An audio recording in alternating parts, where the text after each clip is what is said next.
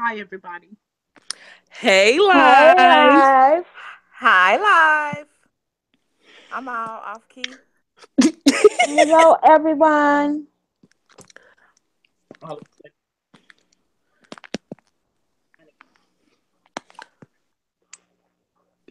Hi, Deacon. Um,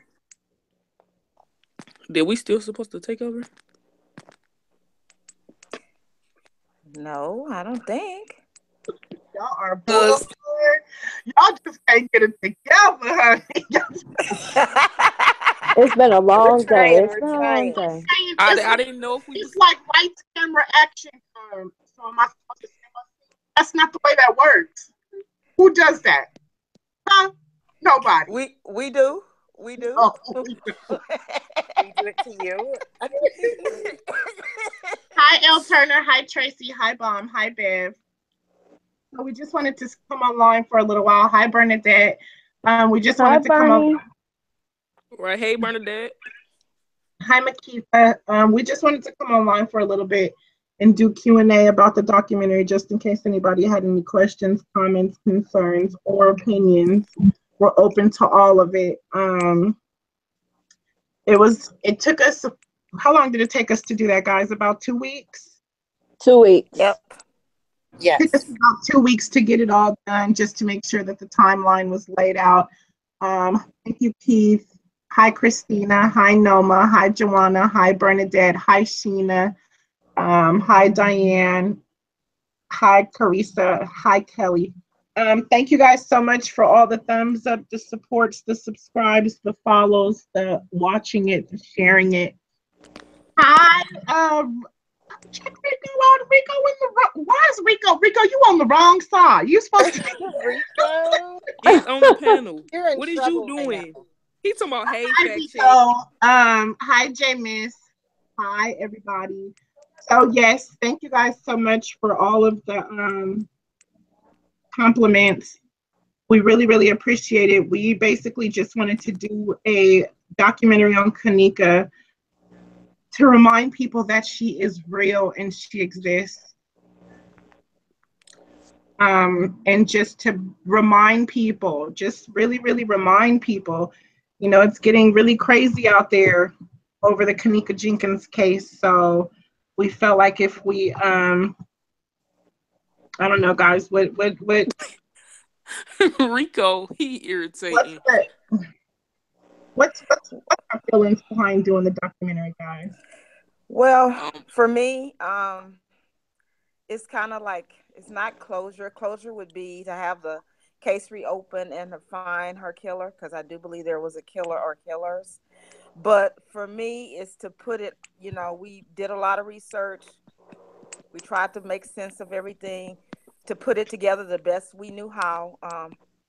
To put together the timeline the best we knew how, and to just put it out there, because there's still a lot of questions. We tried to do it in a, in a professional way as much as we could. I mean, we're not movie producers, but I think Jasmine did a wonderful job in putting it together. So um, it is what it is, and this is reopened. But we've done all that we can do, publicly, or if anything comes up behind the scenes, as she said, we'll continue to look into it. But that's all we have. And if anybody else has anything else, or let the police know, let the parents know. So the parent know and the family know. So it's kind of bittersweet, because at the end, the video ended with the picture that it should have of Kenneka, because that's what it was all about.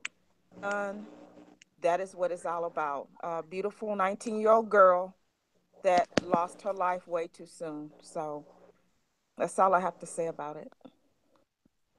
my feelings toward doing the documentary, it was just like basically to open up some eyes of people. Like some people are like visual people, so for those visual people, hopefully y'all got the grasp of everything now. That's all I gotta say. The next person on the panel can go ahead. Nobody else? I think Doing the documentary was a good way.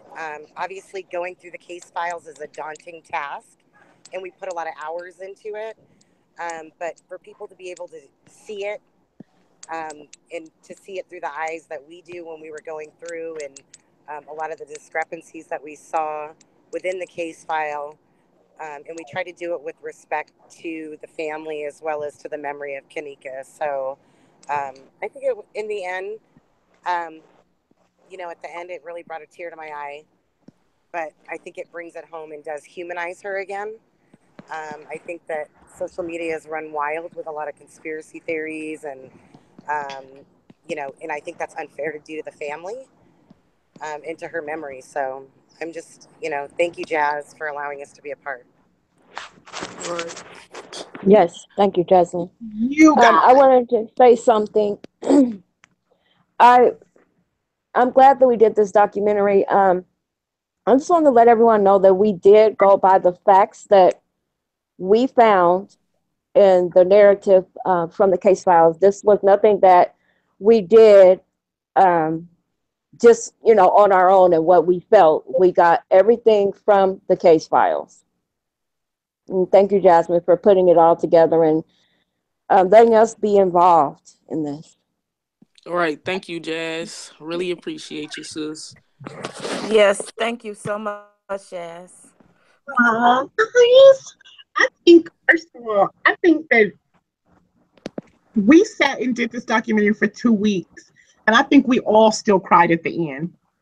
I, I Oh don't. Yeah. yeah. Yep. I think somebody was in the chat in the text, the group text, like, "Okay, I'm bawling my eyes out." Mama J was like, "I don't want it to end." I was like, "Well, it has to end somewhere." So, Rico, what did you think about it? Rico, are you there? Why are you trying to hide over there? He always comes in. What did you think about the documentary, Rico?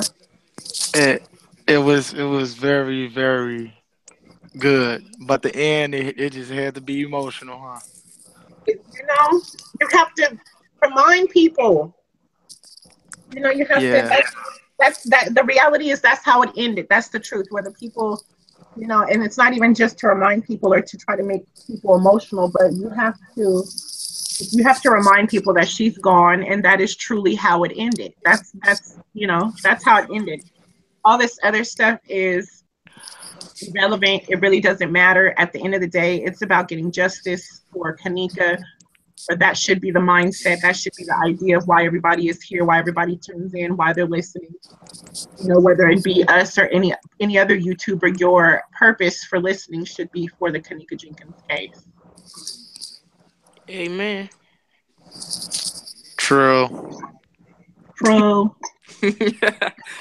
Somebody in the chat said, "Awesome work. Thank you for your hard work. Also, your team's persistent and consistent work." Somebody else said, "Yes, you ladies brought it back to how it begins." J4K. We tried our best. I think it was more, we wanted to focus more on just showing people, I think people forgot to go back to the basics, back to the beginning. When the times changed, 1 minute it was 12:13, 1 minute Kenneka got there at 1:13, and it just feels like Rosemont Police Department changed the times and hoped that it would fit the narrative, and that is what we wanted to bring awareness to. Besides everything else, I think that was the most important part. What was the most important part for everybody on the panel when it came to something going on? What was your favorite part, or what do you think was the most important part that we let the people know about on the documentary? The most important part to me was just like basically making people realize like all the discrepancies, like for people who didn't take the time to read the case files, like to see like something just is not adding up, it's just not right. None of it sounds right. That was the most important part to me. Um, for me too, it was the discrepancies. One of the, and we'll just talk about it. One of the things were the live videos that we debated back and forth about. and particularly the Irene, the second live video. And we know that everybody, and we know that everybody thinks it was at the beginning of the party. But in reading the narratives and the times and trying to go back to the beginning before we knew anything, Jasmine had written down as things were being released, beginning with the first footage that was released by the Chicago Tribune. And the time, everybody thought it was 12:13. She exited the elevator at 2:24. And that's what we thought for a long time until they released the Rosemont footage. And then everything, all the times just seemed to be pushed forward. So when we were going over it, we started to think in a mind frame of the 3 o'clock hour, the 3 o'clock hour. And so when we were going over the narratives, it didn't add up. It didn't make sense. Until finally we said, well, Jasmine said, we're going to go back to the beginning. And she got her notes. And we were like, we found the article in the Chicago Tribune that they first released. So when we contacted them, the reporter said, we asked about the time. He said, we're comfortable. We were given the times by Rosemont Police Department. It's not like they made them up. It's not like they changed. That's what they were given initially. So when they were given that initially, and we started to read some of the narratives, and a couple of them, but one in particular that was taken first before a lot of the other ones, it said that she left out of the room in the 2 o'clock hour, not the 3 o'clock hour. And so it just kind of changed everything. And when it's just a lot of things that just didn't make sense. So that is why we put the videos in order of, the research that we had done. And we tried to, a lot of the videos were 2 videos put together. There were a lot of things that were just assumed, just like a lot of people assumed that she walked into the same kitchen or different areas of the kitchen, into the upper kitchen. So there was a lot of misinformation. And after we went through the case files and tried to put a timeline together, it's just, the order that we put things in made more sense according to the narratives. And like Jasmine said, as we said, there should be a lot of questions as to all the time jumps and the time discrepancies in the footage that they released. I mean, that's like a major red flag to us. So, everybody else look into it and you can draw your own conclusions, but that's what we came up with. That was the main thing, the videos and the timeline. What we wanted to bring attention to. I think where everybody got sidetracked was when everybody began to blame Chicago Tribune. And it's not Chicago Tribune who edited the footage. It's Rosemont Police Department who would have been behind editing the footage. When we spoke to, like Nursey just said, when we spoke to the reporter from Chicago Tribune, before we put any inserts into it, we reached out to the necessary people that needed to be reached out to for their opinion, or if we used the work, we reached out to get an opinion on their work so that we could express it throughout the documentary. And like Nursey said, when we called the reporter regarding the time changes, he was just, basically usually you can call a reporter. And for those of you guys who don't know, Fact Check TV is able to do that because we have the necessary credentials as far as press passes. So we are able to call certain people to get certain information that some people would not be able to get. And usually with a reporter, when they put out a report and they realize that they've made a mistake, they'll retract the story. Chicago Tribune was not willing to retract the story because the times that they were given were the correct times. So, when you look at the footage and you see the times changing and there's no retraction on a story. And when we called, they were very clear. He was like, there was no point in retracting it at all. The times that were given and the footage that was provided to us was provided by Rosemont Police Department. So I think that people jumped the gun when they blamed the news station. What would be the reason that the news station would change the footage? That doesn't make it just doesn't make sense at all. there's no reason that Chicago Tribune is going to want to be involved in a murder or the death of somebody, you know, at the Crown Plaza Hotel. I just got so thrown off when I saw Aubrey walk in. He said, "Bless up." I was like, "Uh-oh, they must be going on a field trip." Field trip. Field trip time. No. Hi, Aubrey. Welcome to the room. Bless up. I'll too long to get through it. But yeah, you know, I just think that it was necessary to do.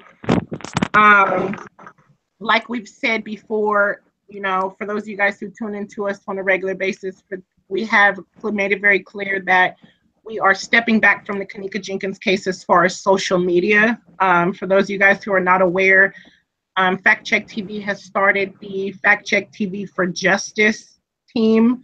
Everybody that you see on this panel is a part of the team. We also have a couple of people, or quite a few people who are in the chat box that are also a part of the team. So we do want to take a moment and tell you guys thank you so much for jumping on board. You know, we have some I don't want to say great, but we have some great ideas behind the things that we're doing to be able to solve some of the cases that we have. We have 6 active cases right now, or 6 open cases right now that we are currently working on and going to be investigating. This will not be the only documentary that Fact Check TV will be dropping. We will be dropping more documentaries on other cases that people may not be aware of. Baum said a FOIA request stated they used the footage that the Crown Plaza gave them, no hard drive footage. The Crown Plaza gave them the footage. They just threw it out there without checking it. Well, Baum, I think the thing is, what people have to understand is this is basically what happens is when the press gets the story, they drop the story. They drop it when they get it, and they go off of the original information that the police department is providing to them. So on the back end, what happens is the police department will release a press release. The press release is not always made to the public. Sometimes it's just made for the press to get a hold of. So when they first drop the original story, it's because Chicago PD did a press release, and those are the times that were provided to the press. Then, as they started to do more and more stories on Kenneka, and information was provided to them, they put the information that's provided out by the police department. So if it does not align, it's not the news station's fault. It's the fault of the police department that's providing the information. And like we said in the documentary, we couldn't get answers from Chicago Police Department as to why those times changed. Does anybody else want to jump in and say? Go ahead, Nursey. Yeah. Mel, if you can speak on what you did. Mel did contact Rosemont PD because she had several questions. One was the time. Mel, you want to talk about what you did and who you reached out to? Yeah, hold on. Sorry, y'all. Yeah, I actually reached out to the 2 detectives that were in the case file, and Detective Pelosi, and the other one is, I think, I can't pronounce his name. It's like I don't know, he's got an Italian name. It's Cosino or something. But I reached out numerous times to both detectives. One of them is their forensic videographer, like the video. He analyzes all of the surveillance video and all of that. And I reached out to him, and I wasn't able to get in contact with them. The other question that we had was to find out, in the narrative, they discussed how they had rented out the refrigerator space, that freezer space. But, and that was the other question that we had. And unfortunately, I reached out numerous times, and they just didn't want to answer, apparently. Yeah, well, I mean, and this is for you guys, maybe we should kind of touch on that, because I don't think we ever really elaborated. But when we had the pathologist on, the pathologist assistant, excuse me, when we had her on, before we aired, and we were able to reach out to her and talk to her, as she started to send the information out to different pathologists to give their professional opinion. a lot of the pathologists would give their opinion, but when it came to crime scene pathologist, is that what she referred to it as, or criminal pathologist? Right. When she reached out to the criminal pathologist, they wouldn't even touch the case. Like, they refused to give their opinion. They refused to look at the paperwork. They didn't even want to touch the paperwork, basically. And that was another thing that concerned us, because it was like, wow, what is going on behind the scenes, that is making people not want to touch it. And the opinions that we're giving you guys, please don't run with them. Don't turn them into a conspiracy. This is my opinion, and you guys can tell me if I'm wrong. There's a big difference in a conspiracy, and there's a huge difference. I don't think Kenneka Jenkins' case is surrounded behind a conspiracy. I believe that, my personal opinion is, I believe that Rosemont Police Department, as well as the Crown Plaza Hotel, did not want to have to deal with investigating this case. It consisted of way too many people, and it was way too much money for them to spend to investigate. I don't think that there's any type of, conspiracy behind it with organs and, somebody, it's not being Kenneka, and I don't believe that it's any of that. And I don't think that you can put what Rosemont did in the same bubble as a conspiracy. Am I right or am I wrong? You're absolutely correct on that. I think the lack of experience in dealing with homicides, probably. And then I think what happened is seeing her walking through the hallways and she's stumbling through the hallways into the kitchen, that they saw that and they just automatically, well, it's an accident. She just walked into the freezer. I think it was definitely inexperience. And then if you look at the credentials of the ME who signed off on the pathology report, she hasn't been doing it very long. I mean, even the uniform officer who found her said that she was frozen, which we all know it was probably rigor mortis that had set in, but because they know that they were looking for her and making the assumption because they found her in the freezer that, she was frozen. Yeah, I think a lot of mistakes were made early on, and I don't think that they collected the evidence correctly. We found out how it should be conducted, and I think they just rushed to judgment, and in doing so, they overlooked a lot, or they purposely, or they just weren't interested. They just jumped to conclusions. Now, when they were investigating the case and reading the narratives, I don't understand how they could just close it without the discrepancies and the timelines and everything. So at that point, it may just be like they were, they hadn't collected the evidence correctly. They just probably, like you said, they would have had to investigate a lot of people and do a lot more work. And it's easy to just say, okay, it was an accident. She walked into the freezer, than to really put into work. That's my opinion. The hard work. We're talking about the village of Rosemont, a small police department. We're not talking about Chicago PD or any other major metropolitan police department. I mean, I think they could have done it, but I don't think there was any incentive to do it, especially after they did not apparently collect evidence correctly. They didn't treat the crime scene correctly. The medical examiner was there minutes and not hours, like it's usually, like they are. The pictures or things in this case that is almost like a perfect storm that went wrong. So when you garbage in, garbage out. So, Can you kind of speak on can you kind of give them an example of the times as far as or with whoever, I can't remember who it was that spoke on it, or whoever remembers that information offhand, as far as the information from when the coroner got there. That was me. Okay, so that was they notified her at 1:15 a.m. that her daughter, that they had found Kenneka. By 2:15, I think, they were telling her to find a funeral home to come and pick her up. And of course, by like about 2:40 or whatever, they were asking her about the events of the evening. They were interviewing her. you know, what led up to her death. And then, you know, you have the ME who walked in at 3:08 and was there until 3:32. So she was there 24 minutes. You surveyed the area, took some pictures. So to me, that tells me that you were led by whatever the detectives told you that they saw at the scene.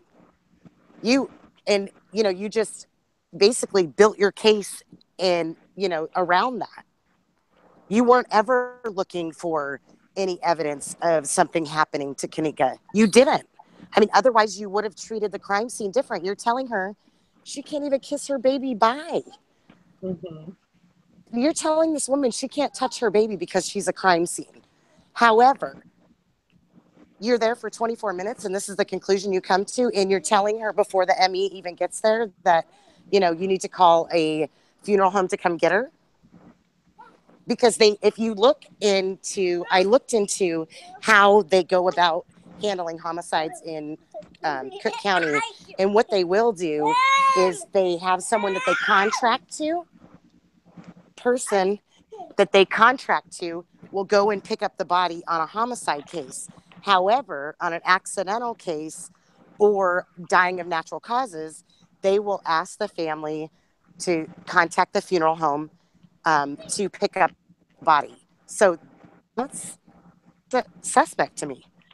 Right. Because it sounds like they never, you know, and it sounds like they never asked Teresa where would she like for Kenneka's body to go to. They automatically gave her their quote unquote referral, which is why she ended up at the funeral home that she ended up at. Go ahead, Nursey. Yeah, I was going to say, when we were looking into it early on, we were trying to figure out where did Evanston Funeral Home come into play. And the guy that we see is Roland Wise. He's the owner of Evanston Funeral Home and Crematorium. So it seems to me that perhaps they never intended to treat it as a murder investigation or a foul play investigation. They treated it as an accidental death, and so perhaps they asked, you know, that he come and take the body over to the medical examiner's office, because that was a funeral home. Now, in that small city, he may double as a coroner, but he was definitely a funeral home. And the way that we notice that is because if you look in the evidence files, you'll see that the chain of evidence for her watch, her belly ring, and the hair scrunchie, it goes into a plastic bag.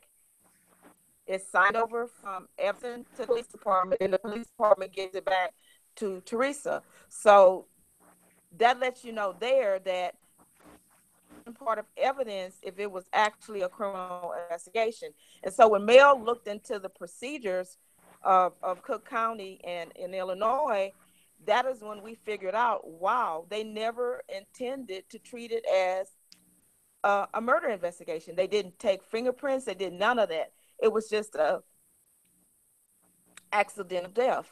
And then all this stuff comes out afterwards when you start questioning people. So it's kind of like you can't go back and recreate a crime scene because you didn't take the sufficient evidence and you didn't treat it as a crime scene to, you know, to be able to point the finger at anybody, despite the fact when we saw the pictures, we were all flabbergasted. We were like, how can they think this was a natural death scene? So it's just so many questions. And what we found is the more evidence we uncovered, we had more and more questions. So until somebody is willing to come out and really answer some of these questions, we've kind of run into a brick wall. Well, I think it's sad because I think that we will never get answers to a lot of these questions without a time of death. You know, just when we spoke to the pathologist that one day, and she said the mistakes that they made were they didn't give a time of death and they did not give a temperature reading of her body. And unfortunately, you can't go back and get that now. You can't go back and get the DNA that you didn't collect. You can't go back and get the fingerprints that you didn't collect.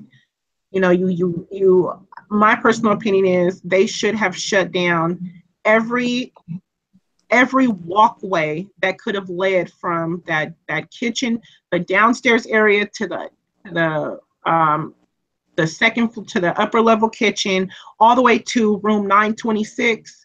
All of that should have been shut down. The elevator, everything, it should have been shut down. There's it's a total of 6 elevators. You could have shut one damn elevator down and allowed everybody to use the other elevators and did a proper investigation. You know, even when we discussed the fact when Lenora got to the hotel and they're beating on the doors and the police come and you leave her there with the manager to review the footage. Why are you not doing your job? It's your job to review footage. It's your job to figure out where she went and where she didn't go. And if you would have came in and did your job properly, then you probably, if she did stumble into that freezer by accident, then you probably would have found her in time. But the reality of it is, no matter how you look at it, you know, no matter how you look at it, at the end of the day, my personal opinion and my discernment tells me that if they would have conducted the police procedure, the police process, the way they should have from the beginning, they possibly could have saved Kenneka if he walked into that freezer and it was an accident. Because one, that 911 dispatcher, I think I need to call and find out if this man still has his job, because I don't see how he does. I don't see how you receive numerous phone calls regarding a missing person and you never once wanted to dispatch a police officer out. You continue to tell them to call back or continue to tell them to come down to the police department. I'm sorry, but it doesn't seem like you have that much crime going on in Rosemont where you couldn't have sent one of your deputies out. So those are the questions. Do you still have your job? You know, you didn't handle the procedures the way you should have handled them. You told this woman to go home and rest. Her daughter's probably in the room sleep. What do you mean in the room sleep?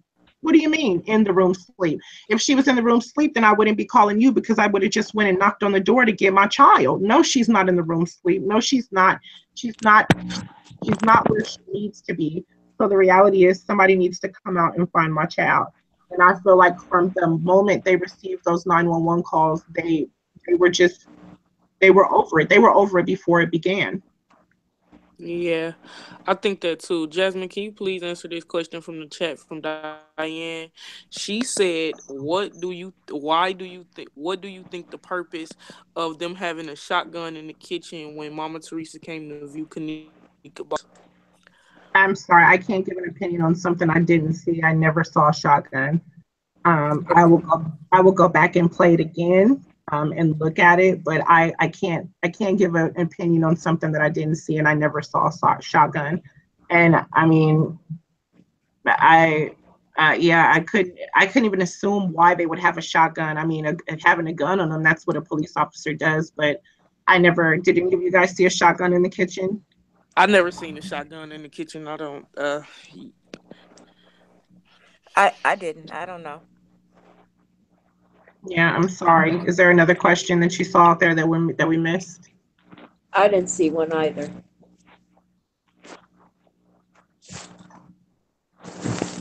Yeah, and while we're going through the questions or scrolling back up, Clay, can you see if there's questions that we missed? I definitely want to give major shout out to Mike Larry for participating or for giving his opinion on the Kenneka Jenkins case. We know that he has a lot going on over there on his channel as well, you know, doing his shows daily. So thank you so much for taking the time to provide us with that information. I thought it was very important to incorporate in the documentary, because at the end of the day, if there are some things that you know, let me just say, we don't come on and we don't really have a lot of conspiracy theories behind what happened to Kenneka, where, you know, Fact Check TV is more behind the fact of the police department failed to do an investigation. But when we get information from other YouTubers and it stuns us, we have no choice but to respect that. And, you know, Mike Larry sent us a couple of videos, about 2 weeks ago. And we were over here. I had to get the panel on the phone, like, look at this stuff. And everybody was like, what? I'm like, does anybody have an explanation for this? And everybody was like, no. Nope, not at all. So, it makes no sense. It makes no sense why he was there. My personal opinion is I do believe that that looks like the same individual. So, for those of you guys who watch this documentary, I do know that Mike Larry also did a part 1 and part 2 of his perspective. So you guys definitely check that out also. That way you're able to you're just able to get like a full gain your own opinion. Like it just feels like everybody is trying to force feed social media with what they believe happened. Like it's just like force feeding. Like, and if you don't believe it, then it's like, people get upset with you. Then it becomes a bashing match, and that's not what it's about. We should all be here, whether you believe it was the security guard to the coroner to the kids. If we all just collectively work together, I'm telling you, we might be, social media might be the first, this might be the first time in social media land that we could get a case solved collectively together. But as long as we stand against each other, we will not get anywhere. And I want to say this to all of our viewers that are paying attention, that are listening right now, for those that tune in later to watch it later. Fact Check TV will not be a part of any of the negativity, and I'm going to allow my opinion to express my opinion. I'm going to allow my panel to express their opinion on it also. For all of our followers and subscribers, guys, I'm asking you as of today, please do not send me anything else negative coming from any other YouTuber, anybody on social media, if it pertains to Fact Check TV. That is not why we are here. We are not here to go live to talk about somebody. We are not here to go live to bring their name up, to bash them, to talk about their families, to threaten them. We are not here to do any of that. If you hear our names come up on other channels, that's fine. All we ask is that you guys rock with us and just know that that is not even our cup of tea. That is not what we are about. That is not what we stand for. That is not what we do. We will not be doing answers. We will not be doing videos where we discuss something that somebody has said about us. If they feel that they want to continue to talk about us, that's fine. I salute them. The best way to override negativity is to not feed into it and to not respond to it and to not discuss it. But I just want my followers and our subscribers to know that on this channel, that's not what it's about. Will it hurt our numbers? Maybe. Will people unsubscribe? Possibly. But you surround yourself around the type of people that you are. So for those who stick around, those are the people that we want to be around. If it's any negative comments or anything, we just don't want any parts of it. Anybody want to touch on that a little bit?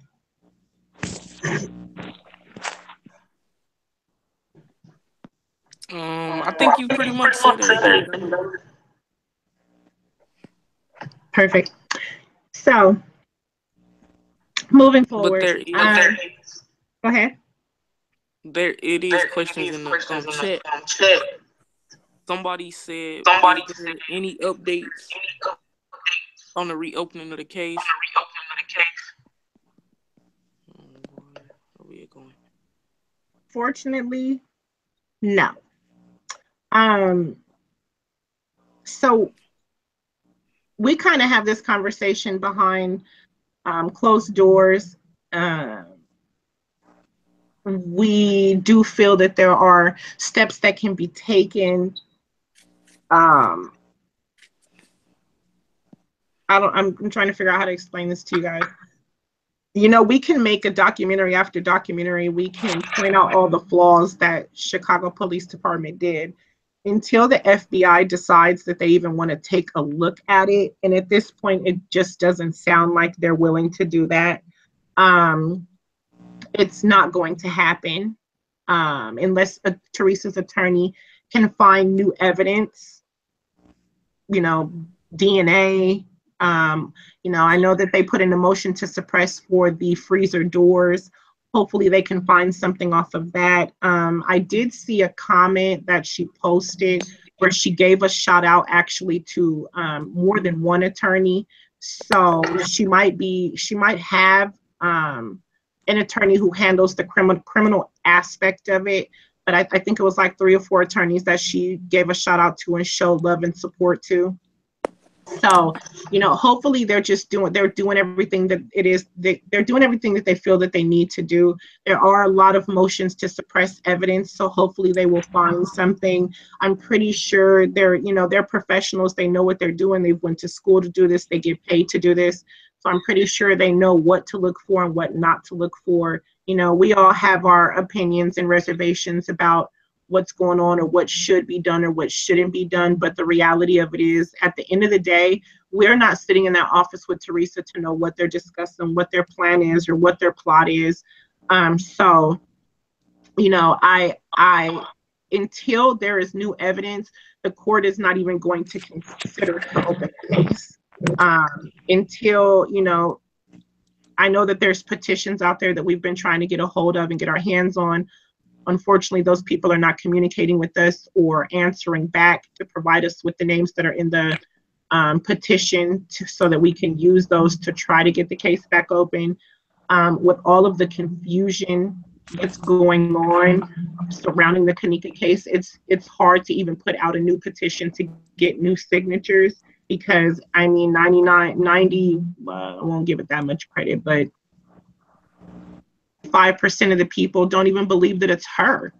You know, there's people that believe that it's somebody else that's laying in that freezer, and you know, so it's just a shit storm right now. So, you know, it's only so much that you can do. It's only so much that we can do. And so at this point, all Fact Check TV is trying to do is to bring more awareness to the case and remind people that she is somebody's child and remind people that Teresa is a mother who lost the daughter. And Jazz, just to piggyback off what you said, they would also need to do a coroner's inquest and change the cause of death. So that would be the other issue. So at this time, the cause of death is an accident. So, you know, that it was accidental death. So you would need that done as well.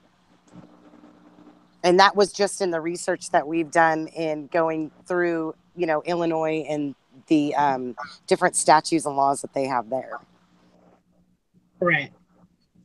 Is there another question, Clay? Somebody, let me see. I'm scrolling. It said, I am Will said, is it common to move a body at a crime scene before collecting evidence? No. And I'm going to tell you how you guys can all educate yourselves on that. There are multiple videos that you can look at on YouTube where crime scene detectives are giving their professional opinion on how to handle a crime scene. No, it is not. Throughout me educating myself on how a crime scene should be handled, even the way they took the pictures was not correct.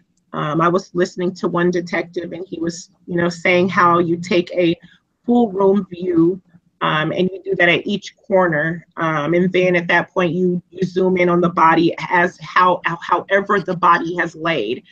It seems like the original pictures that started to come out with Kenneka were pictures of her body being moved from the position that it was in. There's just a lot of things that they did with that crime scene as far as her body that they should have never done. I've never seen them dig into somebody's pockets. You know, matter of fact, and just to make this point, I am a First 48 fanatic. And I was watching the First 48 the other day. Might have been last night or night before. You guys, and y'all got to tune into, you have to tune into the First 48, honey, because let me tell you, it was a show on there that was so bomb about this Hispanic guy, and he was crazy, and he was just out there kidding. Anyway, long story short, but I was watching the First 48, and they got to the body, and the guy was shot in a field, like a wooded field. I mean, in the woods, and they couldn't even identify him till they got him down to the coroner's office. He had a wallet on him. The coroner has to go into your pockets and dig that information out. The man had a wallet on him. Do you know how many times they have arrived at a crime scene and they couldn't even identify the person because his phone is laying right next to his body and it's ringing? You can't answer it without a search warrant or a subpoena to be able to answer that telephone. So I don't understand why they went into her pockets and turned her pockets inside out, and and took the pictures of it like that. And like, none of what they did makes sense to me. None of what they did makes sense to me. And until they do a press release or they come on the news and they explain the process and the procedure that they took with Kenneka and why they handled her body the way they handled it, it's still not going to make sense to me. And you would think that with all the hoopla that's going on, with people blaming Chicago Police Department, the coroner, the hotel, you would think that they would come forward and explain why they handled the case the way that they handled it. It's almost like, they feel like it's oh, well, as long as you don't speak and we don't we don't confront the problem, then the beast will go away or the beast will lay down and go to sleep. But that's not.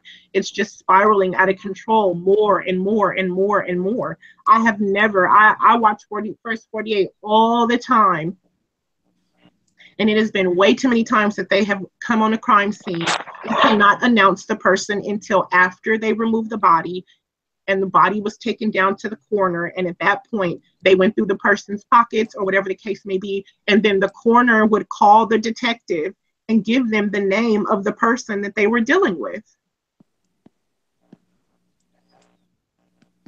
And we did that too. We were looking at um we have class at Fact Check TV, and we were actually looking at we were looking at a documentary where they were teaching a class in forensics, criminal justice, the way you take pictures, the way you take videos, how you process a crime scene, etc., what you use. And they were kind of, everybody looks at the CSI movies, and they were kind of not making fun of them, but they were talking about the way you handle evidence and what you put it in.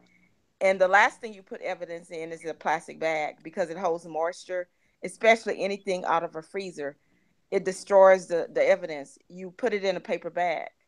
So I think there was one paper bag at the scene, but they had a lot of other things that they were just placing. So if they that spoke volumes, because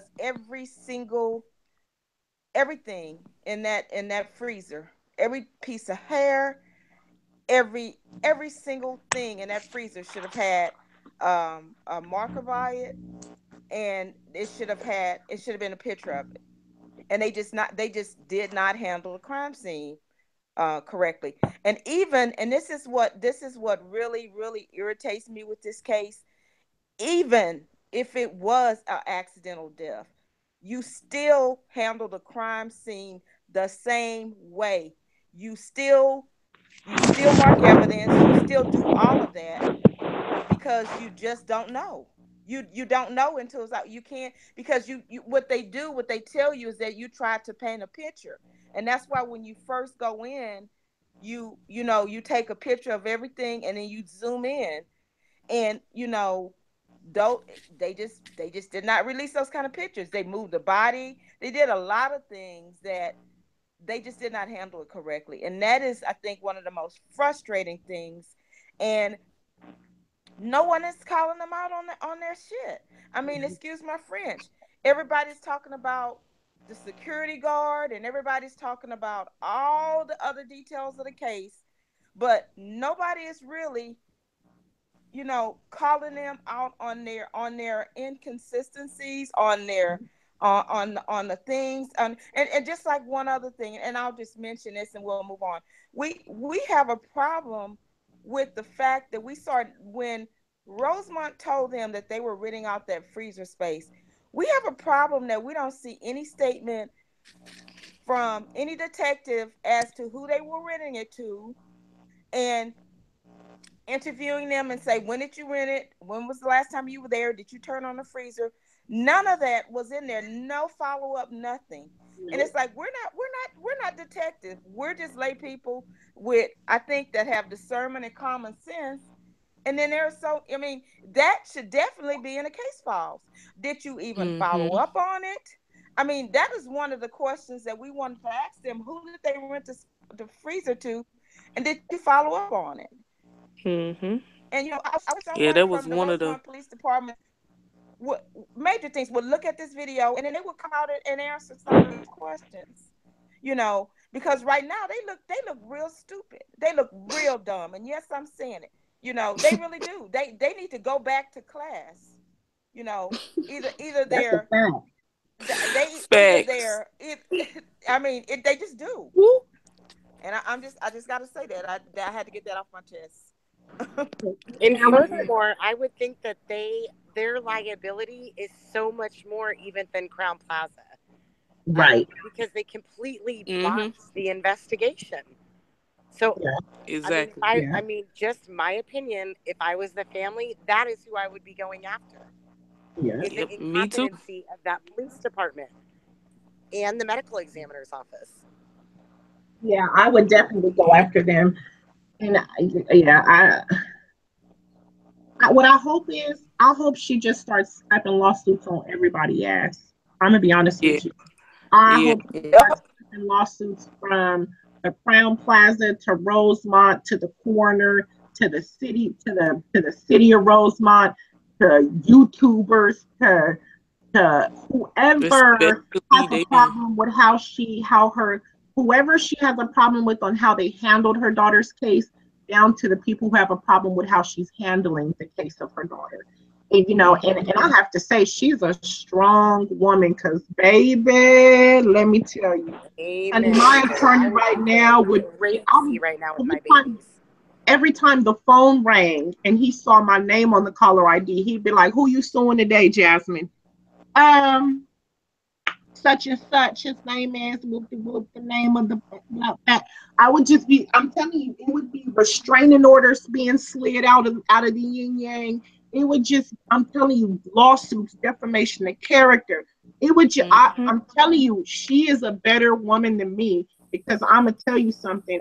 My attorney would be working overtime. It would probably be to the point where I would have to. He would. I'd be calling so much he wouldn't even answer the phone for my ass. I'd be pulling up to the office like, "How you doing today, Larry? Here goes the name of people I need you to go ahead and get out real quick." Because I'm telling you, she is sitting back and she is handling this like a soldier, like a soldier. It because you dropped it, and let's just be real, because Rosemont Police Department dropped the ball on this case.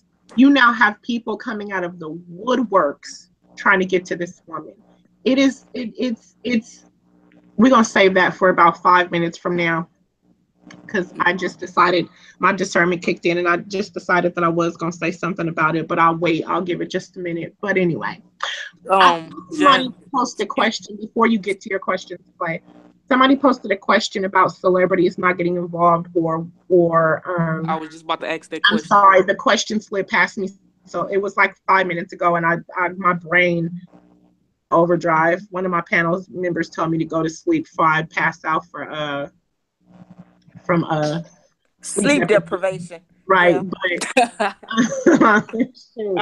but and it's crazy because we haven't even been live, but you guys don't understand, that documentary took a lot out of us. Like, we were up with each other all night long, That's why you hear you know, just gather our thoughts.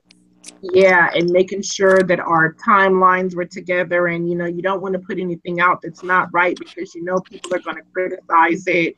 You want to try to get it to as close as possible, but the person that posted the comment, I believe it was Renee, and Renee was asking Yeah, it about was. celebrities and the Kenneka Jenkins case. We are going to do everything that we can to bring awareness to this situation on a mainstream level.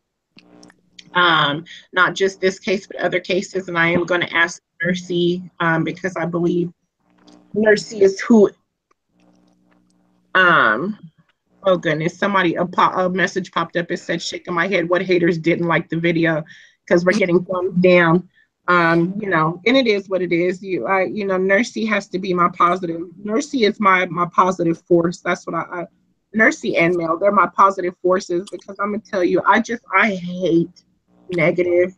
I hate to see the thumbs down. I hate to see the negative comments. I just want to go delete them all. I be wanting to take the video down. I be not wanting to get on YouTube no more. And they're just like, Jeffrey, you got to keep fighting. You got to keep fighting. For every positive, you're gonna have a negative. But I just want to make this very clear to everybody who's tuned in right now. All 141 of you guys, we love you all very much.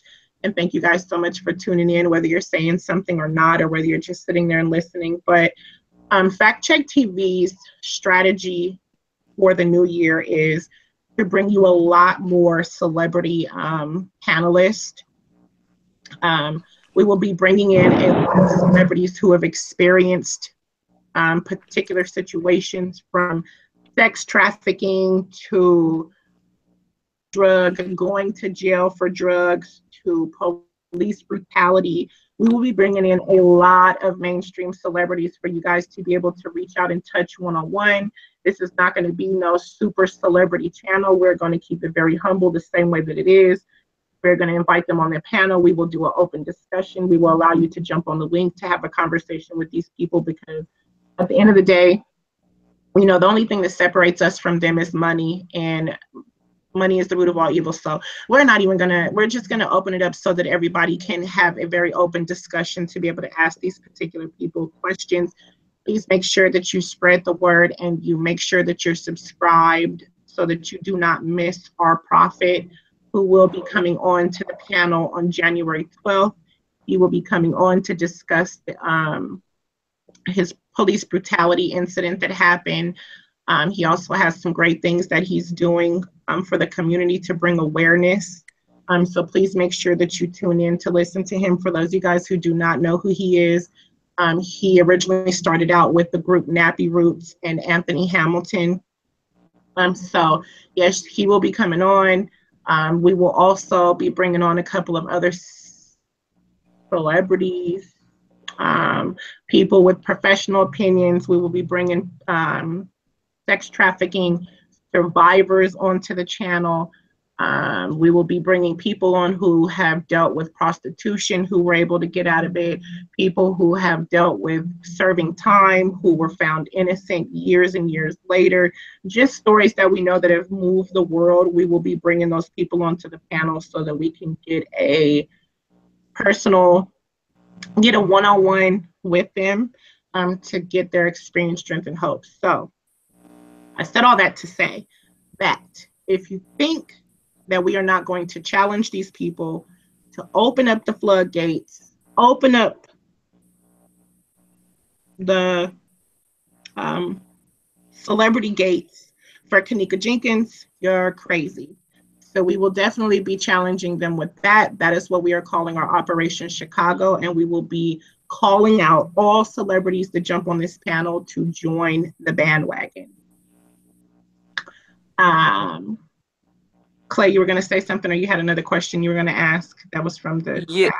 Yeah, I was going to tell you that Renee question, but now I found another question. It's from Miss B.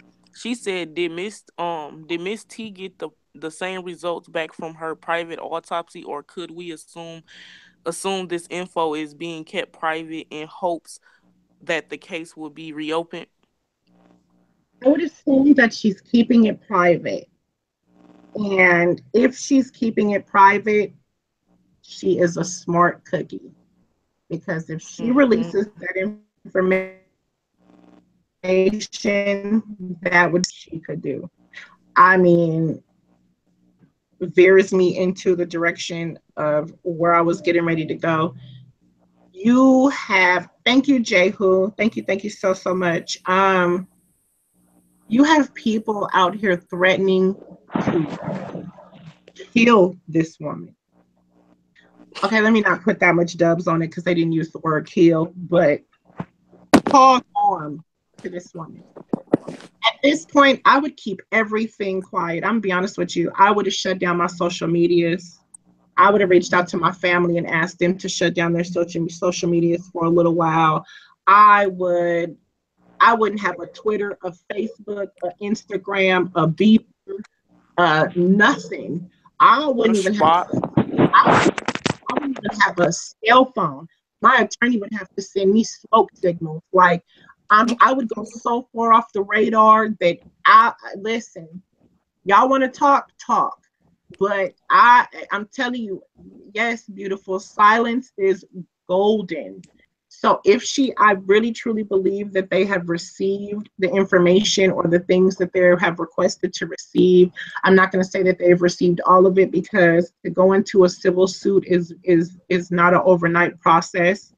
Um, but I do know that there are some of Miss Teresa's family members that are listening. So if you guys are listening, keep that shit to yourselves. Don't tell nobody else. Don't give nobody no hints, no nothing. Keep it to yourself. No all inclusive interviews. Don't do it. Don't do it. Telling you, Don't don't do it don't release nothing else. at all. Nursey and Clay, or Clay, Nursey Male, can you guys please take over the panel really quick? We have one of our other cases there. People just reached out. I need to give them a call. Okay, got you. Okay. Lulu old head is retired DC. She just said I enjoyed the video, but what about the security guard? He wasn't mentioned. Whichever one of y'all want to grab that question. Uh, but okay. So when we looked at the footage, and we know there's a lot of speculation about the security guard, and we've seen the videos, but what we tried to do is we tried to go by the facts. I think in a previous video we've said several times that we don't understand why when he went up to the room several times he didn't shut down the party. We said that when we did say that there's a lot of speculation surrounding the case and conspiracy theories or just speculations, that is what we meant. And we basically just concentrated on the people that were in the party, the people that knew her, the way she walked, how she got there, because when it's all said and done, in my opinion, I'm not saying the security guard didn't have anything to do with it. I don't know what happened, but I can't. This is my personal opinion. My discernment does not tell me that she decided to take her to Powermate and drink alcohol. My discernment tells me that she was drugged, and that happened to her in the presence of her friends. As far as we know, they all Mm-hmm. stated that she was drunk. So, so that means that someone, in my opinion, tried to get her in that state. So the security guard didn't drug her. So it all starts and stops with that. The security guard, when they took her out of the room, picked her up and took her out of the room, whether it was they left in the by the elevator or by the door or whatever, and they went back in that room, and everybody didn't get up and say, hold up, wait, she's missing. We're gonna go find her. We're gonna look for her right now. This party is over with. We gotta find Kenneka. And she had people that she had been kicking it with and friends forever. It starts and stops with those people in that room to me. I don't give them a pass. I'm sorry. Maybe Mm-hmm. that's just me. They Exactly. get zero passes. Zero. Nada. None. I don't care how drunk you are, how off your square you are. That kind of stuff should wake you up, and instead of everybody exiting out of those exits like it was a fire in that room, they should have been combing every floor, every footage, everything in that hotel when they figured out they couldn't find Kenneka. Because where did she go when she didn't have her so-called phone, her keys? Where could Mm-hmm. she have gone? So that Yep. part never makes sense to me. So if somebody did take advantage of her, be it a security guard or another guest, that still does not excuse the people that she came there with and the people that were partying with her who said that they knew her, that she was little sis. That doesn't get them off. That doesn't get them off the hook with me. So Mm-hmm. usually if you look at the statistics, most people, if it turns out she was murdered, and I think she was, be it accidental or manslaughter, whatever, is usually someone you know. Is not usually a stranger. Mm-hmm. And I'm gonna leave it at that. Amen, Nursey. Amen. Sherry and Beautiful One, thank y'all so much. They said y'all did a phenomenal job with the documentary. That's what Sherry said, and then Beautiful One said y'all did a great job with the case. Thank you so much. We really appreciate the support. Thank Um, you. Amber DV said, "Hi panel. Do you think Internal Affairs will be looking into the corruption in Rosemont?" Absolutely not. No, absolutely not. I wouldn't. Me personally, I would not trust Internal Affairs. I'm sorry. If anybody else want to speak on that, you're more than welcome to. But Internal Affairs are not your friends. Mel, what do you think? Not at all. No, I don't think that they will look into it. The only way that I think that, just by my opinion, is if she's able to prove their incompetency. I think that's the only way that really anything will get done. Or if the FBI gets involved, then you'll see a difference. But no, I don't think so. Diane, Daily. If you go through the case file, yes, all the kids' statements are in there.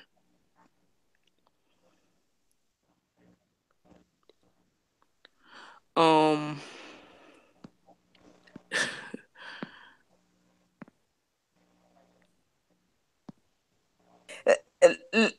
Let me just say something about that. Because Fact Check TV, Jasmine and Mama J, was when they first released all of the files, they grabbed them, and before they got to unrelease things or redact things, there was a document where they did not redact the names. I'm not going to say whose statement, but if you looked early on, if you were following this case and you looked early on, that we took that document uh, through a lot of investigation, a lot of late nights, and we're not going to just say everything we did. And I will say this: nobody talked, but we were able to figure out who was who based on statements from that original document, and based on statements, we were able to just put two and two together. And then, if you look at the case files, that Rosemont helped us because on some of the pictures, they told us the names of who they were. And so then you go back and look at the footage. So it's not that difficult to figure out what was going on and who said what and that type of thing. It just takes a little bit of footwork, or a little bit of not footwork, a little bit of investigation. okay. Sherry says, so what you're saying is if you couldn't see it on any receipt, it isn't a fact that it really happened. I don't think that we saying that. It's just that we don't fact check TV. We're not gonna sit on here and say, oh, you know, the security guard. We don't have proof that he did anything wrong besides not shut that party down. So we're not gonna implicate anybody in a crime without having facts. I'm not. I We're not think saying that he's innocent, but at the same time, we're not saying he's guilty either. I think too, you have to go by what's in that file because that's what the police are going to use, the lawyers are going to use. If the FBI jumps in, that's what they're going to use. We don't know. Um, so we're not going to just, like Clay said, we're not going to speculate. Exactly. And Especially, I mean, even I, the hotel theory is kind of wears me out because it's just like even if somebody at the hotel did kill her, her friends helped because who drugged her? Question. I mean, now if you gonna sit up there and tell me that somebody gave you something to give to your friend and you didn't know what it was and you gave it to her, we gonna have to have some serious conversations because that's highly dangerous. So, however, I don't think that is the case. So therefore, Whether somebody at the hotel killed her or some a kid or kids in that room killed her, it was people that played a part in this. And what it is, it's sad. It really is. It's sad and it's unfortunate that this baby lost her life. Just that who knows what her life could have been. That could have been a future doctor, lawyer, could have found a cure to something. And her life is just gone behind. We don't even know yet, but I could almost guarantee you it's some foolishness. It's some nonsense. Um, I want to just say this, and this is how and I don't know because he could have been a part of it. I mean, there are so many layers to this case. It could have been that he helped cover something up. The whole we just don't know. We don't have evidence of it. But I will say this, for me personally, and I can't speak for anybody else on the panel.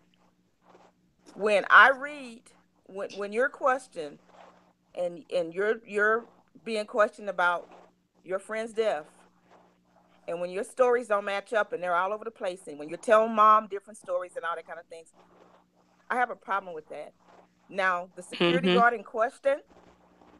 security guard in question could have been in a lot of trouble because he admitted to going up to the room. He admitted that they were smoking and drinking and drugging. He admitted a lot of things. So he could have very easily said, yeah, I went up there, but no, I didn't smell any marijuana, or no. He could have lied. Now, I'm not saying he didn't, but he implicated himself in a lot of things in his statement. So to me, my parents had a thing and it was a saying, I never understood it. They said, if you lie, you steal. If you steal, you kill. I have a problem with liars. I'm Mm-hmm. just going to be 100% honest. I have a problem with liars in a case like this. Now, if you want to tell me that, you were drunk or you were whatever, which I didn't see anybody else stumbling other than Kenneka, doesn't mean they weren't tipsy and you can't quite remember. All of your times are off. When you say you came and went at times, you didn't come and go. When you change your stories 2 or 3 times, why are you doing that? To Mm-hmm. me, if you're not guilty and you have nothing, now you admit to smoking, popping pills, drinking, you admit to all of that. So why are all of your timelines off? And Right. this, oh, we were partying, didn't know what time it is. Everybody almost in that party has a cell phone. And when you look down at your cell phone, it tells you the time. You on Mm-hmm. Snapchat, you on all these social media times. It's like, what did they do? Just everybody was just oblivious to time that night. Because Yeah. I'm just saying this. Anybody that, I mean, and it takes some time. Just go and read the narratives. Go and read Right. the narratives from the people who came there with her and ask Right. yourself a question. Why are the timelines and the times all over the place? Why are the stories changing? I Right. mean, I can see if that was a ballroom with 100 people in it, and you people, that was a double bed hotel room. Mm-hmm. That wasn't that I big. mean, They had one room. I'll even give And them the I benefit mean, of the doubt, I can Mercy. say something at the day, and you can hear something. You can be across the room with music. You can still hear. So it's just, I'm sorry. Until they come out, maybe they'll come out and they'll just be honest and tell the truth. Then maybe I'll believe that none of them had anything to do with it. But at this point, the It's hotel, out of the other question. people may have been, yeah, other people may have been involved to say that, but we saw no evidence of it, and all we tried to do is go by what the videos, the narratives, we went by, and the statements from the parents and the 911 calls.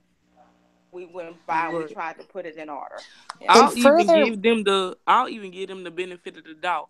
It's okay if you off by your time between anywhere between 5 to 15 minutes. Anything more than that, you just straight up lying. I'm sorry. You don't think that you got somewhere at 11 o'clock, but you really got there at 2:30. And here's that the that doesn't happen. I'm sorry.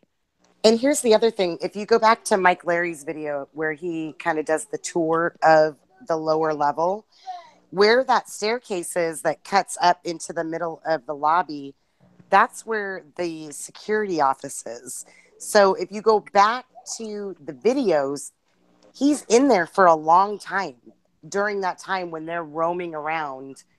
Um, you know, when Kenneka's first roaming through the halls and then they're roaming through looking for her. So I don't know. And I agree with Nursey. You have kids that everybody's story is inconsistent. And I'm sorry, when you're taking ecstasy, you can't be that oblivious to what time it is. You just don't. It's Ecstasy not like make it you a makes you forget. yeah. Ecstasy actually makes you more alert. Honestly, to be Correct. honest with you, I've done it before, so I know what it does. It makes you more. It makes you more alert. Now, sometimes, like I said, your time might be off, but anywhere between 5 to 15 minutes. But when you talking about 30 minutes, an hour, 2, 3, 4 hours, I don't know who you think you playing games with, Jack, but it ain't me. Uh, I'm so serious. Like these kids, I already said what I think need to happen to them. They all just need to be locked down somewhere in the dang on a federal interrogation room, and they can all just sit there until they all decide to talk, or they can all just get charged with murder. Cause this family deserves to know what happened to their loved one. This is absolutely getting ridiculous. Well, can I just interject? Hi, Hey. Mama You J. sure can She interject, Mama sure J. can. Hi, Mama J. Hello. Hello, crew. Hello, family. How is everyone? Well, Hi, I'm Mama so We family. J. sorry. good. Hi, Uh, beautiful mommy. hi, I'm darling. so sorry to interrupt you guys, but I'm starting to get a lot of comments. Can I have somebody on the team check it or try to check it from a different type of a device? I'm getting a lot of comments where people are trying to review the documentary and they're unable to. So hopefully nobody flagged it. If you give me one quick second, Jasmine, I will go do that for you, and I will be back. Hold Okay, on. thank Well, you so if much. someone Go ahead, Ma. if someone did flag it, that would be just outright crazy. But Right. shake the haters off and keep Mom, moving. can you guys go ahead and take over? I have some I have to speak to the mother of the other young lady that we're dealing with. I just went and checked and But I I refreshed the page and it does appear it's still there. So I'm not sure. so Okay. So I what I was believe that what may be happening for those of you guys who are trying to view it on particular devices, if you're trying to view it on a device like an Xbox or something like that, it may not let you review it due to the fact that on particular areas of the song, particular areas of the video, there are certain songs that are being played. So because there's copyright on those songs, it's going to stop you from reviewing it from certain devices. Okay, go ahead. I'm sorry. No more interruptions. Oh no, I was just gonna I was reading some of the comments and I was over here boohoo crying. I just want to say, team, we did that. We I love you guys. That documentary was exceptional, really, believe me. Um, but I was just gonna say that everybody needs to stay reminded and stay prayed up. For those of you that believe in God, stay prayed up, because what a lot of you don't know is in the midst of Teresa Martin's civil suit,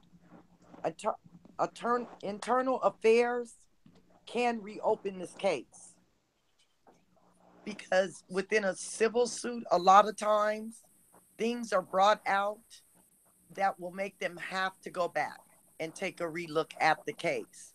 Because everybody that was in that room, I keep reiterating this, everybody that was in that room will have to be called in for a deposition in regards to the civil case. They will all be questioned. So everybody just keep your fingers crossed and pray, and maybe that will be what will get the case reopened for us. The civil case might be a blessing in disguise. Well, I just went and looked and clicked on the video, so it's working. Maybe Yeah, you I guys was need, just like coming they back said, need to. to refresh your page. Yeah, that's what I was coming back to say. Yeah, I went out of YouTube altogether, then went back in, refreshed my page, and hit it, and it is up. So maybe it could be some of y'all devices. Um, but it is still there.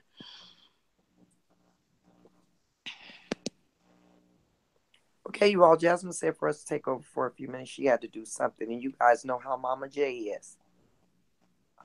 I'm a little slow sometimes. It is it, it is Friday, and We I have love to. you. We love you anyway, Mama J. You know we'll tell you enough is Okay. enough, Mama J. Mama J, you I'm know, just doggone joking. well, you're not slow. Is there more You, questions in the chat? Yeah. I'm Oh, looking, I man, can't because see I the had got chat. off. No, I'm looking. I'm on the panel and I'm looking at the chat also. Um, um, early. Robin S. You asked the question about did Monifa talk to the police? She most definitely did. Everything that y'all referring to, the people that y'all asking, they're in the case file. Go read the case file, you guys. Um, Monifa, Shamaya, Irene, um, all of most of the players. Now, not they did not get a statement from everyone, or at least they didn't put them in a file. Um, but there are the major people that were involved. They have narratives from them. So there's few people that they still did not interview. There are so many reasons that we felt that the case shouldn't be closed. Like, for instance, at the time that they closed the case, as far as we know, they had not caught up with the young lady and the gentleman that rented the room, or the young lady at least. So I don't know if she's been arrested yet, that girl, rented the she's room still for on the them.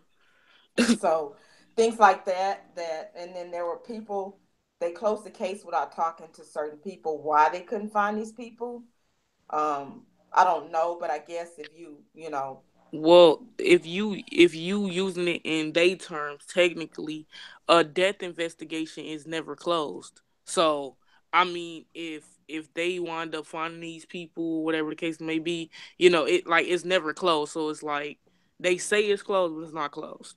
Because the moment they get something like some evidence to prove that what they said was wrong, they're gonna reopen it.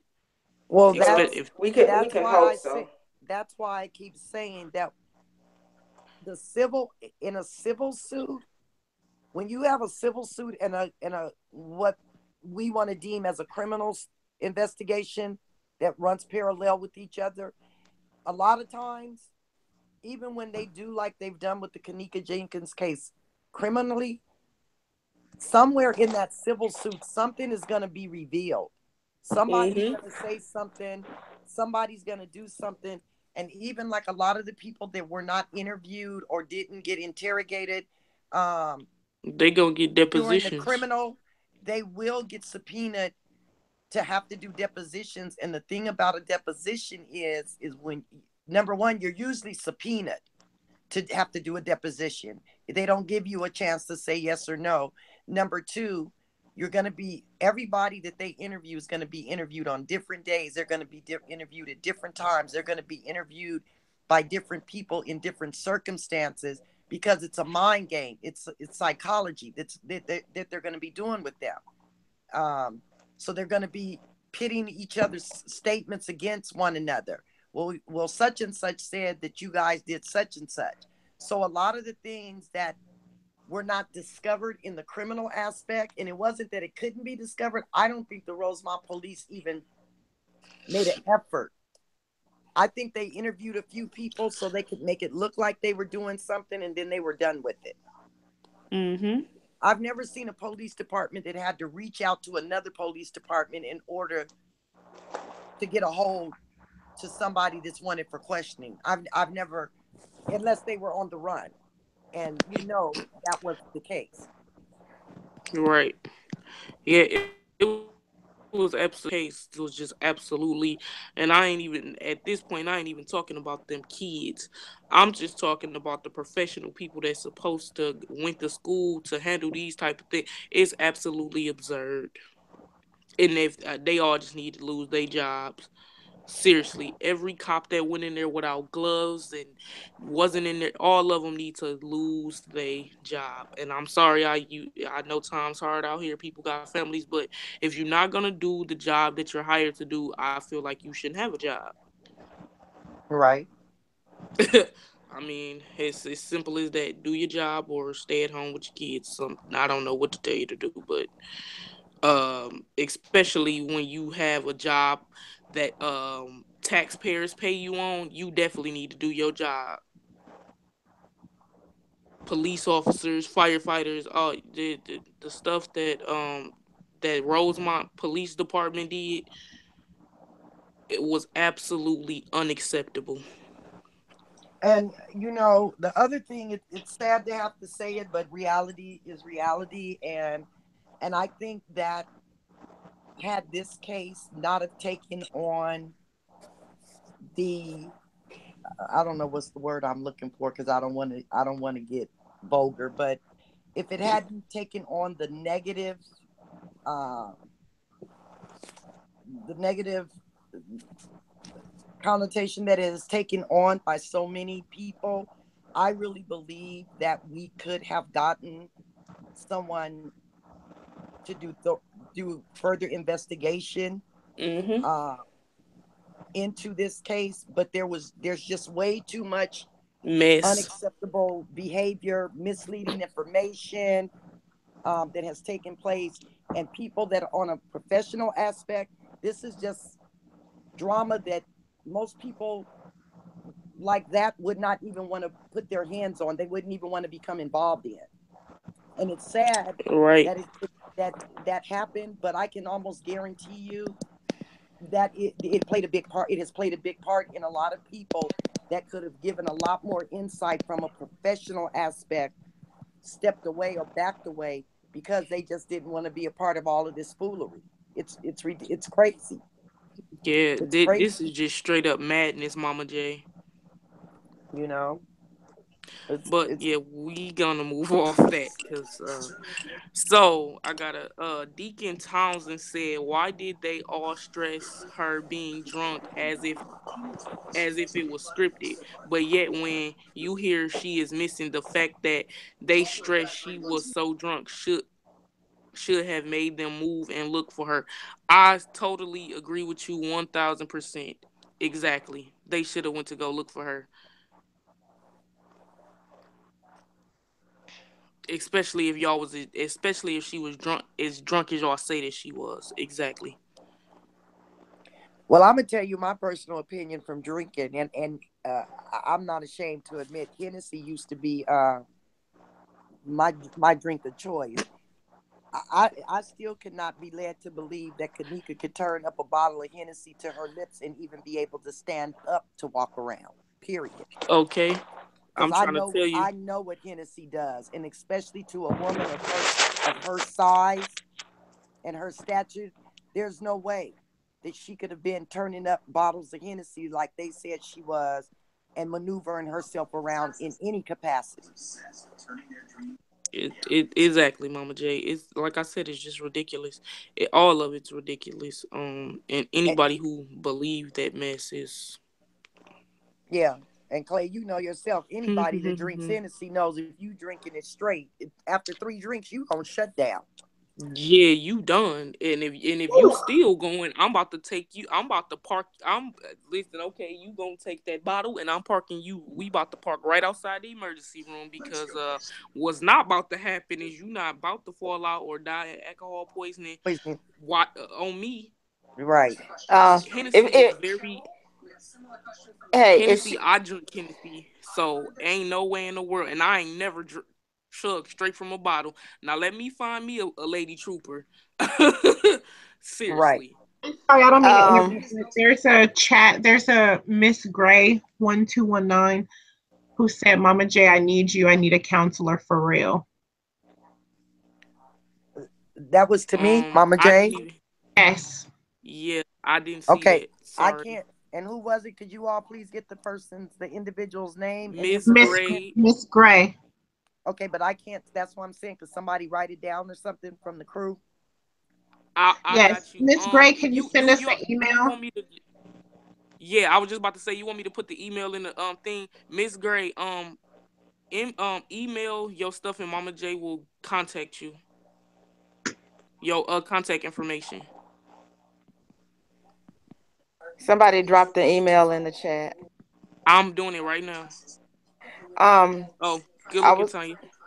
um, I was gonna say about the Hennessy. I don't mess with the brown, but when you're turning up if she was turning up bottles and plus the drug, her blood alcohol level would have been a heck of a lot more than 0.112. I'm just Exactly. saying. Exactly. Exactly. So the narrative, just this whole narrative that this young lady was inebriated is appalling to me. Because one, I mean, if she was first off, if she was drinking Hennessy straight to the point where got so drunk where she started turning up that bottle, her alcohol level would have been through the roof. She would not have been able to walk. She would have passed out. You And know how especially her in a body. yeah, Yeah, especially in the the short amount of time that she was there. Remember that what we were talking about, the timeline. So it's not like she yeah, was there. Not It's not like she was drinking over 4, 5, 6 hours. It was a right. relatively short period of time, and if you're turning up and you're drinking like that, your body does not have time to metabolize it. And then when you add a pill to the mix, they're both fighting for the root to be metabolized by the liver. So if she was turning up like that, even if she was chasing it with Red Bull, I'm sorry, her alcohol level would have been a heck of a lot more than 0.112. Well, And then on top of that, chasing it with Red Bull honestly intensifies it. Well, what That's it mhm, is when you see them drinking, and sorry to just jump back in, guys, but it'll be a when you big see them September. drinking, when you see somebody who mixes alcohol, it's a 2017, 2018 thing. Because I drink clear liquor, but when I drink my clear liquor, I will put it in a Red Bull, but it's really good. It's almost like, I don't know if anybody's had a Jaeger bomb before. Like, a Jaeger bomb is Jägermeister, and then they drop it down into a cup with energy drink, and you drink it. Liquor is the Okay, liquor no, is down. no advertising drinking.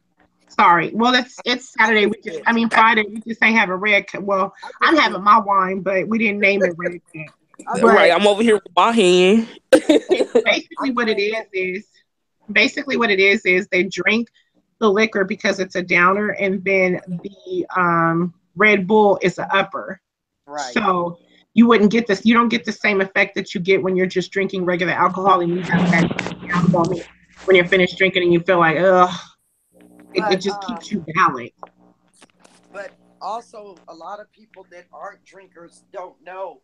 But Hennessy has a nickname because of the effect that it has on most people, and especially women. That's why they call it yak, because it tends to make people act very, very out of character.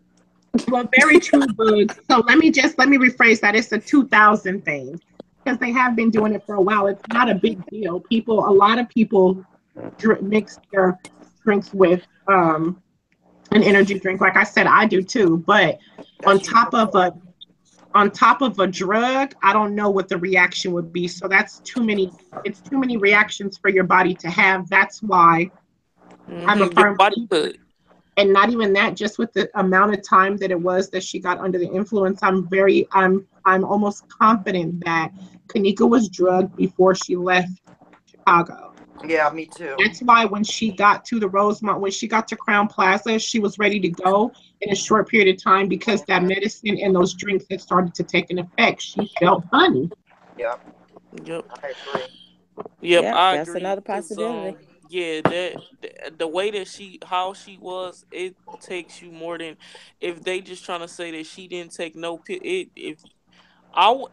she did get that drunk in 45 minutes to an hour, y'all are her worst enemy best friends. I'm sorry, but my friend is not about to sit up there and just jug and keep chugging and chugging and chugging. No, no, Well, no. here's my problem, and I just want to stop and say thank you guys so much for everybody who's just wrapping up the documentary and coming in and saying thank you or good job. Thank you guys so much. We did it for you all, so we really hope that you enjoyed it. But here's my issue. Kenneka was laying down. Okay, all this information is confirmed. These are facts. We ain't made it up, or this is facts from what they have provided to us. She was laying down and Abriana was not there. So you woke her up.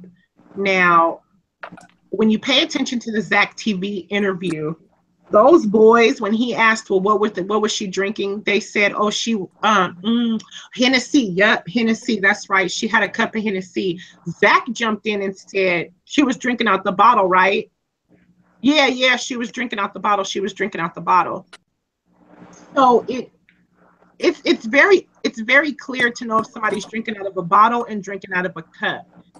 In all those lives that they did you? I didn't see one person drinking out of the bottle. Killer made it seem like they were all just taking sips out of the bottle and passing it around. So if you're all taking sips out of the bottle, the way you insinuated in the narrative was as if Kenneka herself was drinking out this bottle, and this is how she was drinking, and nobody else was drinking that way. But then when you talk to Zach, you insinuate like the bottle was being passed around. So technically, if you look at it that way, and everybody's passing this bottle around, drinking out of it, you guys are basically going shot for shot. So why is it that nobody else is under the influence the way Kenneka is? Why is it that you guys are all walking? You guys all look very, very sober to me. Very sober, Mm. except for Kenneka. And I think that and when you think about it, in that video where she says I'm not drunk, she may have known that, look, I've not even drank enough to be drunk yet. I mean, why am I feeling like this? So maybe the pill, she wasn't drunk, she was drugged. And so and what it's just so many, it's just little things like that, that when that they didn't necessarily think that when they did the interview with Zach that we would have the narratives, that we would have the footage, that we would put it all together. They is no way in the world they could have known that. So, you know, the interview was done a few days after, or maybe a few days after the party, and so that would have been fresh on their mind. So why, like we said once again, why are you lying? Why don't your stories match up with your narratives and what's shown on footage? I mean, it's just off. It's no way else for us to say it.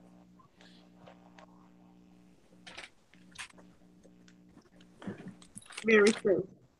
So, you know, guys, I know it's 1,001 questions. A lot of those questions, to be honest with you, Fact Check TV just doesn't have the answer to. Um, I don't think a lot of people have the answer to. The only way we're going to get it is if they decide to tell the truth. Before we wrap it up, because we want to start keeping our shows down to a decent time so everybody can enjoy them and get the full gist of them. Like I said, we will come And on. so Mama J can get her beauty rest. We will come on here and there, start to discuss updates regarding the Kenneka Jenkins case. Don't think that we're just, we will never discuss it again. However, at this point, we just don't feel that it's necessary to drill a nail in the board, and continue to talk about the same things over and over again. Like we've said many times before, it's just time to start taking action.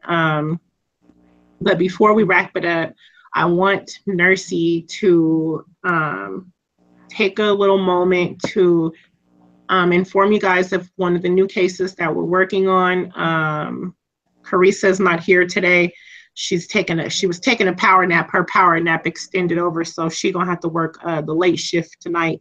But we were also able to speak to somebody from the Ocean Wright story.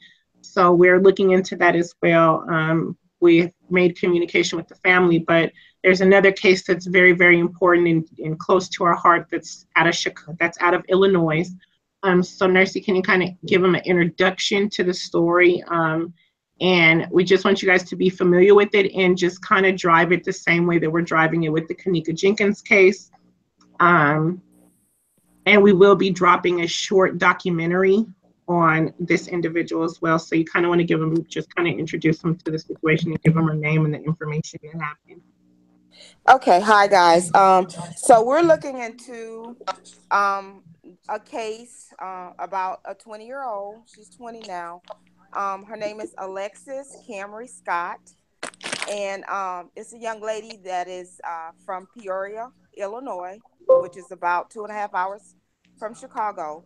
But basically, her family is searching for her now, and we'll be talking more about it in the future. But basically, she went to Vegas fight, the weekend or right before the fight, the Mayweather fight. She was up there a couple days. Ended up in California, and then made it she went up there to work. She's a dancer. She went up there to work a party, and we don't have all the information. But to make a long story short, I'm not gonna get too much into the case, but she was either went willingly or was kidnapped and taken to California. She managed to get away from the people she was with, and she made it back home to Peoria to her mother and her family. And she has a 2-year-old son. I think he's right at 2. And she was there a couple weeks. And she got a call. Someone asked her to come to a party, and she went. And went to the party, and the party goer said that she left out walking. She got a cab there or Uber there, and she was not heard from again. She's dropped off social media. She has friends and families that's been looking for her. A couple organizations. So what we want to do, and this involves sex trafficking, and that type of thing. So what we want to do is bring awareness to her case. We will hopefully be talking to her mother. She'll tell us a little bit more about Alexis, and we just hope and pray that she's alive, and we want to find her. So that is what we will be focusing on next. Um, and there are a lot of layers to this story also, but we want to get the word out there, and we want to bring awareness to the case, and hopefully spread the word, and bring this young lady back home to her family and her son. Thank you, Nancy. So we will be bringing you guys more information as we collect information. Like Nursing said, listen, this is a young woman that we are trying to get returned back to her child in Peoria. Um, it involves sex trafficking. Like Nursey said, she has been kidnapped. So we are expecting the best to be able to return her back home to her family.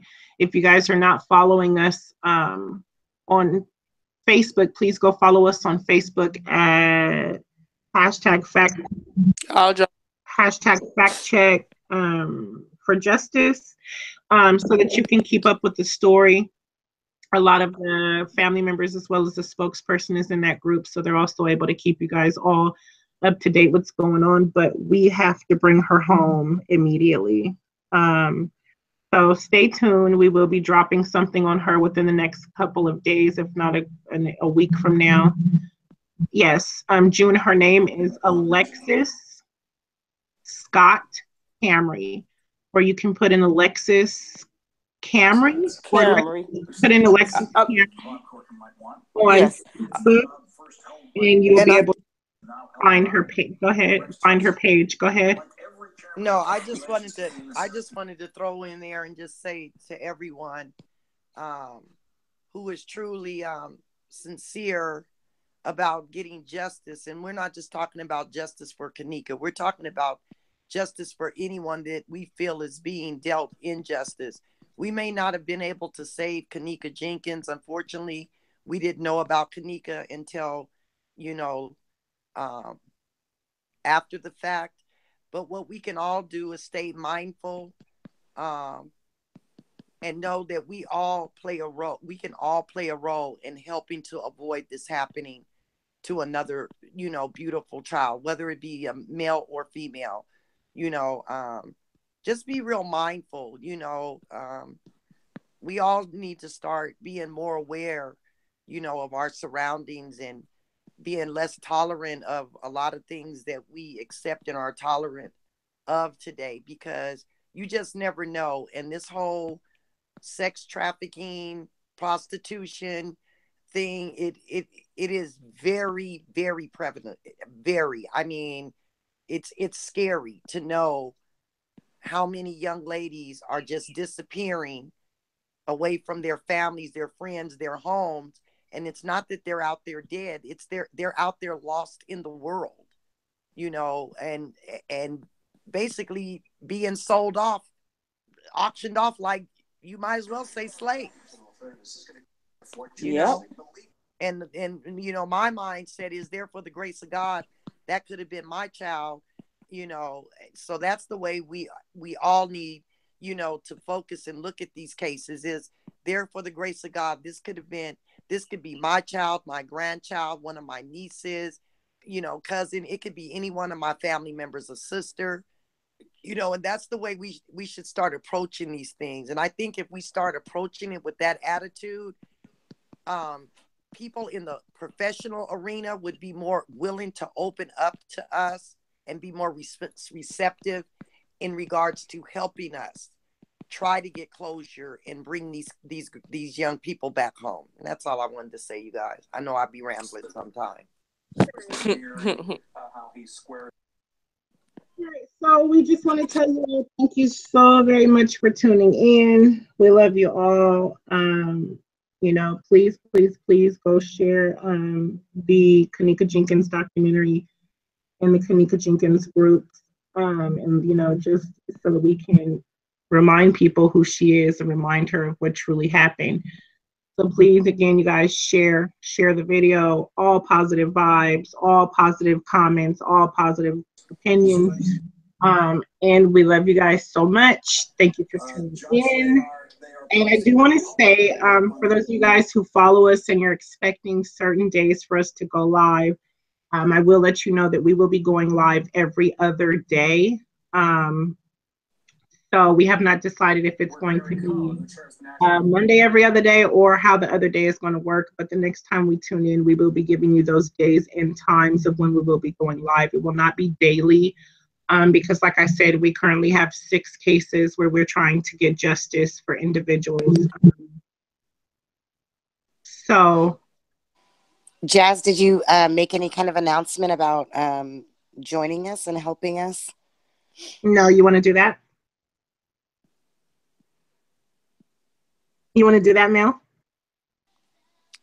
We put out an announcement onto our Facebook page if anybody is interested in helping us to kind of delve into these cases. We will put an announcement in for a meeting that we will do coming up soon. I'm gonna say probably in another week we'll do another meeting. So if anyone wants to join us and help us and commit some of their time, we would much appreciate it. Thank you. And check out our Facebook page and we will post the information regarding the meeting there. Yes, we will not be held online. We actually have a virtual meeting room where we send the link to everybody who wants to participate. And from there you can join in and we have an open panel discussion on certain things or actions that need to be taken, as well as we break everybody down into groups and cases. So if justice is something that's just really, really on your heart and something that you really want to get involved in, just please make sure you send us an email so that we can involve you in the loop. Or like Mel said, go ahead and add our Facebook group. We track it daily for people who want to participate, as well as if there's any cases that you feel are extremely important that you would like us to look into. We receive a lot of emails regarding different cases as well. So as we grow, we'll be able to open up our caseload, but right now 6 is a lot for the amount of individuals that we do have. I believe we have a total of 20 people on our team right now. So again, you guys just make sure that you follow us and you stay tuned and share the pages. You know, and just notify people, and hey, be our troopers. When you're out there in the social media world and you see anybody talking negative on Fact Check TV, you guys see what we stand for and what we're all about. We just ask that you can be the voice for us when we're not around. So we will end it this way. We love you guys so very much. We will see you guys. What's today? Friday. We might decide to go live tomorrow. You know, so we haven't been on in a while, but we might decide to go live. And for those of you guys that are leaving comments regarding the part 2, part 2 does not have any audio. If you can't hear it, it's fine. That's normal. Part 2 is just basically to show you the discrepancies in the case file itself regarding pictures and how a crime scene should be handled in different narratives and the times that the people that they interviewed gave them. So there is no audio on that, so don't panic. And again, if you're looking at part 1 of the documentary and you can't hear anything, it just might be at your device, because there was copyrighted music that was played on those documentaries when it involved the girls. So that's what it is. So good night, guys. We'll see you later. Enjoy your night. Have a happy weekend. And of course, we'll talk to you before Christmas. But if some of you guys don't tune in until after Christmas, Merry Christmas and Happy New Year. Good night, everyone. Good night, night. every Stay night. blessed. Thank you. Stay blessed. Good Stay night. blessed. Good night.